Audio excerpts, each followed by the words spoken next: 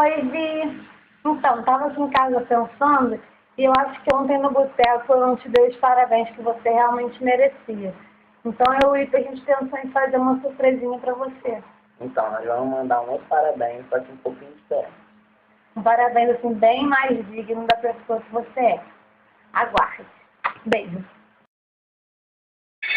Você sorria, é o que importa, desde todo dia.